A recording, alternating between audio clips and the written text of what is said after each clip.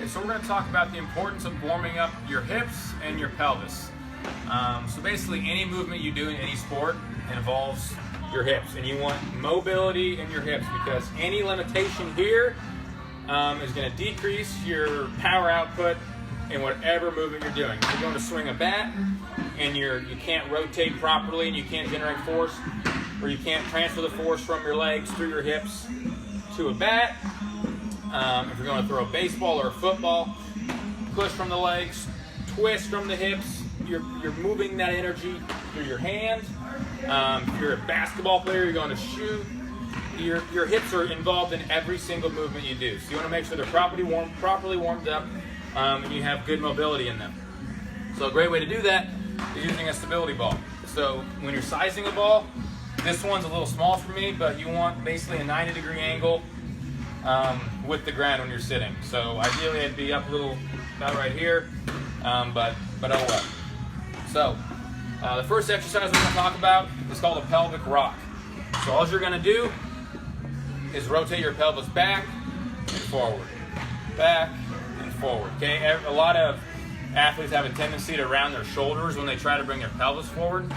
So keep your shoulders back. You can put your hand basically right above your waistline and at the bottom of your sternum. So my pelvis is back right now. I'll give you a side view. Pelvis is back. Exhale, bring it forward.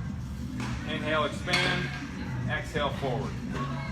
Okay, we're just going back and forth like this. The more warmed up you get, the more you can increase the fluidity of the movement. After you've done a few of those for maybe 20 or 30 seconds, you can go into a pelvic tilt. So now we're going to move the pelvis side to side. This is where a lot of males in particular will feel a lot of tightness in their hips right here.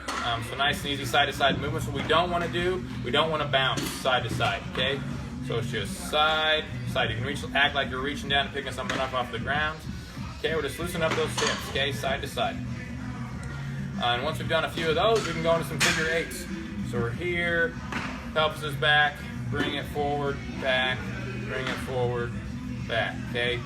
Figure eights each direction. Start small, gradually get bigger, okay? The more movement we can get in the hips, the better. But again, start small. You may only be here for a while.